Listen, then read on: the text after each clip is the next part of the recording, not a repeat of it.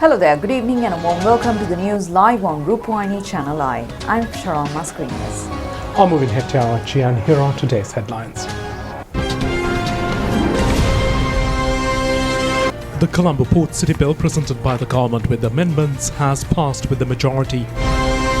The President says the relationships and understandings between the countries in Asia should be further strengthened amidst the COVID-19 pandemic.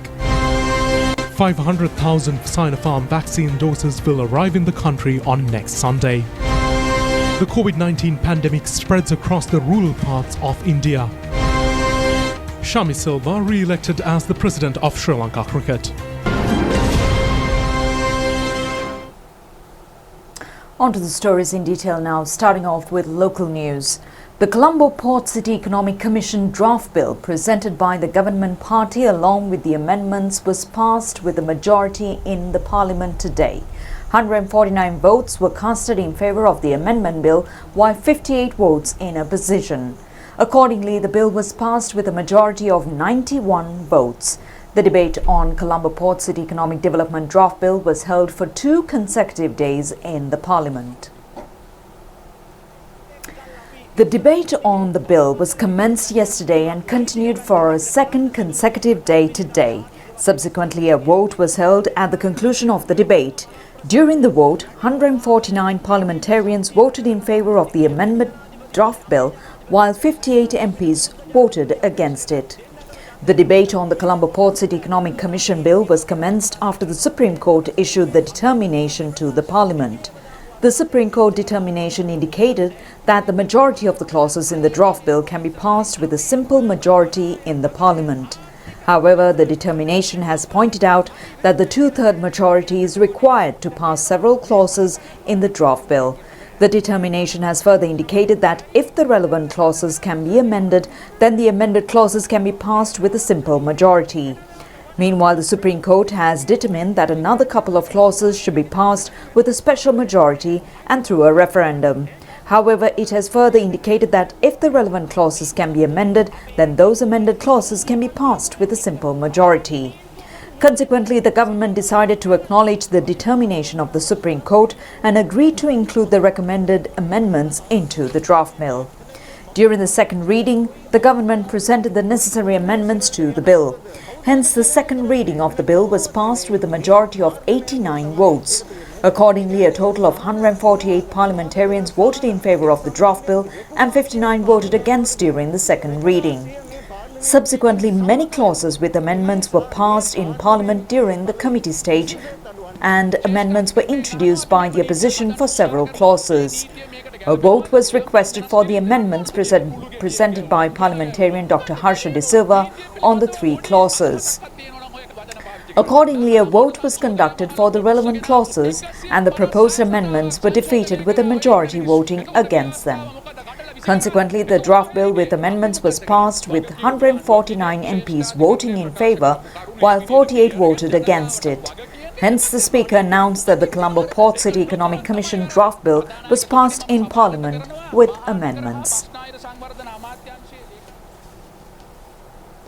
President Gotabaya Rajapaksa says that the strengthening of relationships and understanding between the countries in Asia is even more important today than the past, considering the ongoing pandemic and its consequences. Addressing the Future of Asia International Conference, the President emphasized that the cooperation amongst the nation globally should also be strengthened. The President made these remarks while addressing the keynote address at the 26th International Conference on the Future of Asia that commenced in Tokyo today. Through video conferencing, Japan's Nikkei newspaper has been organizing the conference annually since 1995. This year's theme is Shaping the Post-COVID Era, Asia's Role in Global Recovery. The Future of Asia is an international gathering where political, economic, and academic leaders from Asia-Pacific region offered their opinions frankly and freely on regional issues and the role of Asia in the world. 6% during 2020. Sri Lanka has historically depended on certain key sectors for foreign exchange income. These include tea, rubber, coconut and spices exports, garments exports, remittances from Sri Lankan workers abroad, and tourism. Each of these sectors was seriously affected by the pandemic, especially in the middle of last year. We are determined to safeguard our national interest based on friendly cooperative interactions with all our partners on equal terms. We follow a neutral foreign policy. We aim to harness the advantages of our strategic location to develop our economy and uplift the well-being of our people in a sustainable and equitable way. We seek to significantly strengthen our bilateral relationships with all countries, and in particular with our partner countries in the Asian region in terms of trade and investment. Although still a developing country, Sri Lanka ranks relatively high in many social development indices. The country has a robust public health system and provides free education through to the tertiary level. We have a well-educated, highly skilled, hard-working and capable workforce. Sri Lanka is one of the most connected nations in South Asia, with major global centers less than 5 hours away by air.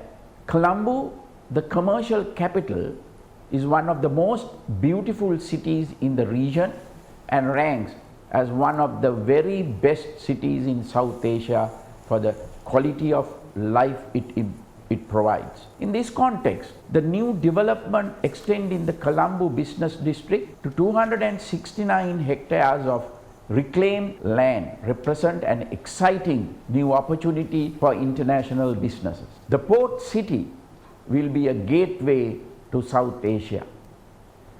It will create a vibrant new city space incorporating an international financial center, a marina district, outstanding residential and commercial facilities, as well as world-class infrastructure, all within a tropical beachside paradise. New legislation that will ensure an attractive environment for investors and greater ease of doing business within the port city has been prepared and is before Parliament. Special status and a host of exemptions and special incentives will be accorded to businesses that will have a broad economic impact. I am confident that investors from all over the world will benefit greatly from these initiatives and from the port city's unique geostrategic position at the heart of one of the most rapidly advancing regions in the world. I invite all nations to encourage their businesses to take advantage of this opportunity and to be part of what will become a key service hub to this region in the future. Last month, you conveyed a very friendly message to visiting Chinese Defense Minister General Wei Fenghu. In this regard, as a South Asian nation, and how do you balance the relationship with China and India from now? Yes, Sri Lanka has a historic relationship spanning centuries with both India and China. Our deep social, cultural, religious, economic and diplomatic ties with India are well known. Similarly, we have many strong bonds with China too. Formal diplomatic relations between Sri Lanka and the People's Republic of China were established 64 years ago. The Rubberized Trade Pact was signed even earlier in 1952. In the recent history, the relationship between Sri Lanka and China was strengthened, especially because of the 30 years of terrorist conflict Sri Lanka experienced until 2009. Many countries provided essential support to Sri Lanka, military support to Sri Lanka in overcoming this conflict. Mainly India provided military training as well as critical non-offensive equipment like helicopters, OPVs, etc. China, Pakistan, Russia provided support that included weapons platforms, ammunition and ordnance, mostly on commercial terms through state companies. Several countries also supported us with intelligence sharing. After the conflict ended, Sri Lanka had urgent requirement for post-conflict reconstruction, especially in war-affected areas. We also needed accelerated infrastructure development throughout the country. Extension of our rail tracks and road networks, including expressways, and our port facilities needed expansion.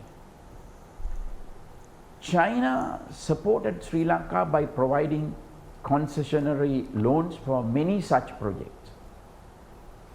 This has unfortunately been misinterpreted. Attention has been drawn to the Hambantota port, which has been called a debt trap by some. However, the requirement for a southern port in Sri Lanka had been there for a very long time. Different number of presidents and governments tried to construct that port over decades. However, it was only implemented in President Mahinda Rajapaksa's tenure. The Hambantota port is a commercially viable project.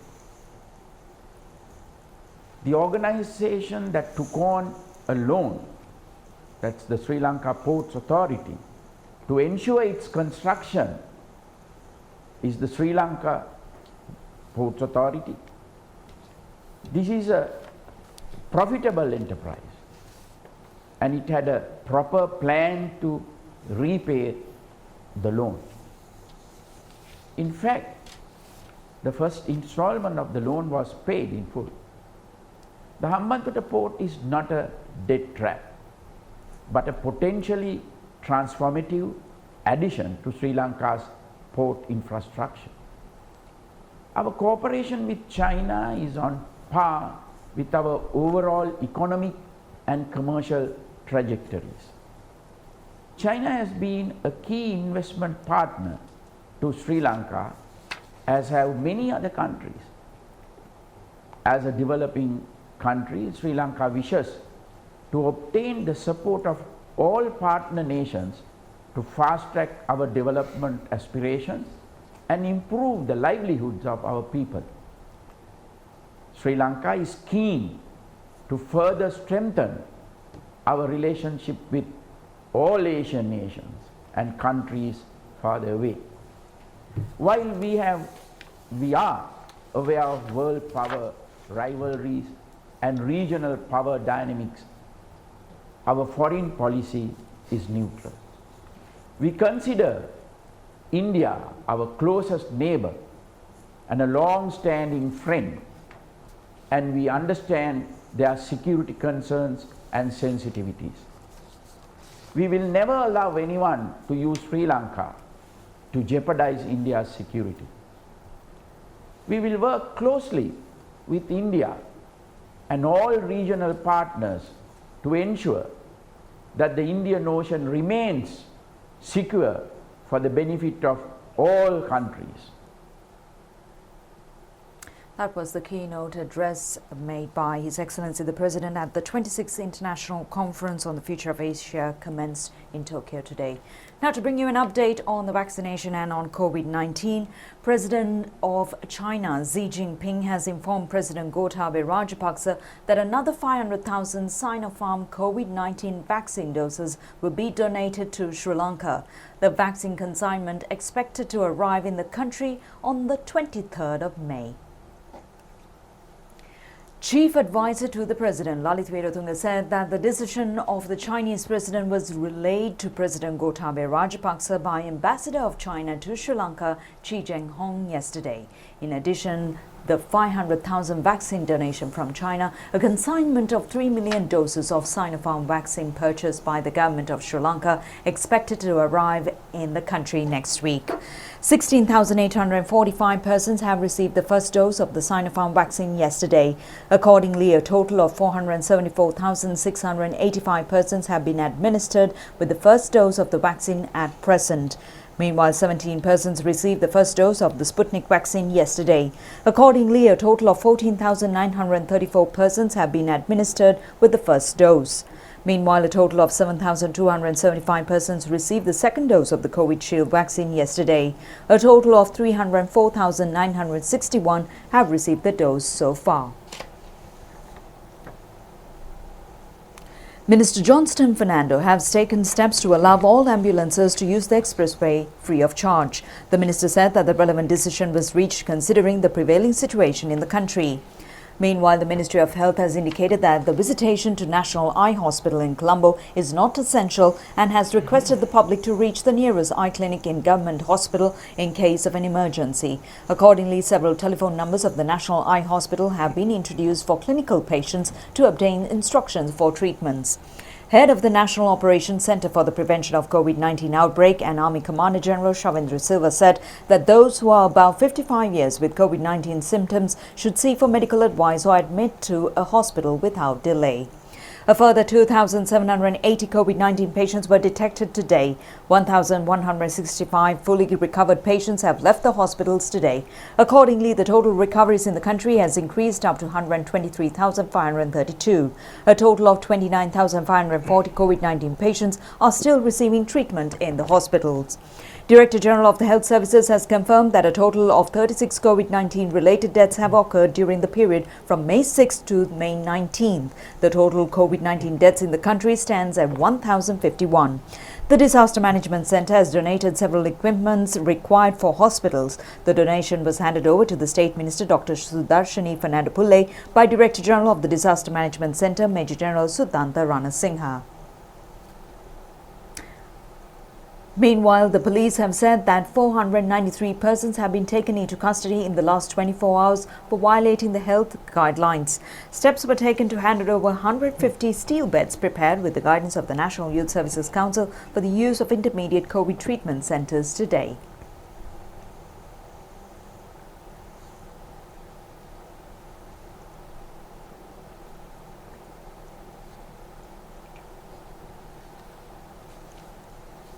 The chief epidemiologist, Dr. Sudha Samaravira, says that the elderly and the persons with chronic diseases should be cautious and responsible of their health and behavior during this period to avoid any serious complications arising from the virus. He made these remarks while speaking to media today.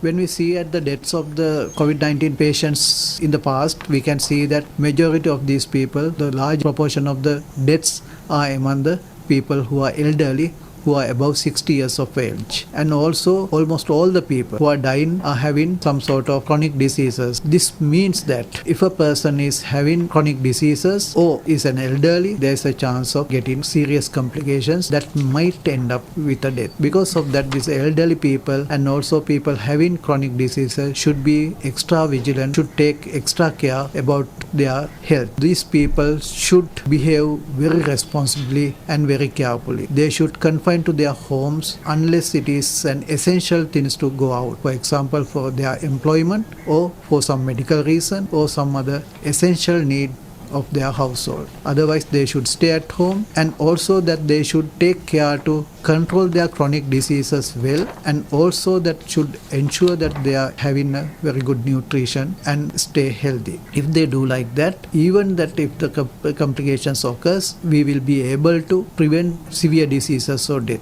Yesterday also we had continued our vaccination program with AstraZeneca or Covishield second dose and also first dose of Sinopharm vaccine. We are expecting more Sinopharm vaccines towards this weekend. As soon as that we receive that, we will be extending our vaccination program with these vaccines, identifying the high-risk areas and high-risk population categories.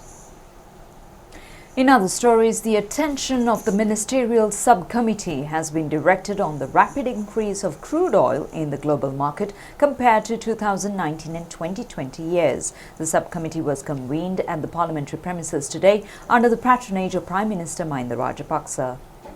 The third discussion of the Ministerial Subcommittee of the reimbursement of kerosene relief, rearrangement of port and airport development tax for crude oil and financial issues related to Ceylon Petroleum Corporation was held today. The ministers made remarks on the continuation of public reliefs in the face of the existing situation. It was revealed that many state institutions, including Electricity Board, are in the process of making the payments to Ceylon Petroleum Corporation in relation due to payments of 2019. A sum of 50 billion rupees has been paid to the Ceylon Petroleum Corporation with the mediation of the Ministry of Finance to stable the fuel price rates. However, it was revealed that another due to payment of 79 billion rupees is yet to be paid to the corporation at present. Accordingly, the daily loss of the Ceylon Petroleum Corporation has continued to increase. The officers has pointed out that the Ceylon Electricity Board incurs a loss of 10 rupees per 1 unit in providing electricity at a concessionary rate for the consumers. Ministers Douglas Devananda, Dalasala Perumal, Udayakaman Pilla, Prasanna Ranatunga and State Minister Ajit Niwad Kabra were present at the occasion. A widespread response has been received for the request made by Minister Nama Rajapaksa yesterday seeking public assistance to donate blood in order to fulfill the existing shortage in blood bank. Accordingly, many blood donation programs have been organized across the country adhering to health protective guidelines. Under this initiative, a blood donation program was organized at the Seva PSA premises in Bisopura, Mahavali D-Zone, Madirigiri, Polonnaruwa today. Officers of the Resident Management Unit of Sri Lanka's Mahavali Authority, youth, members of the Civil Defence Corps, staff of the Polonnaruwa and Madirigiri Hospital were present at this occasion.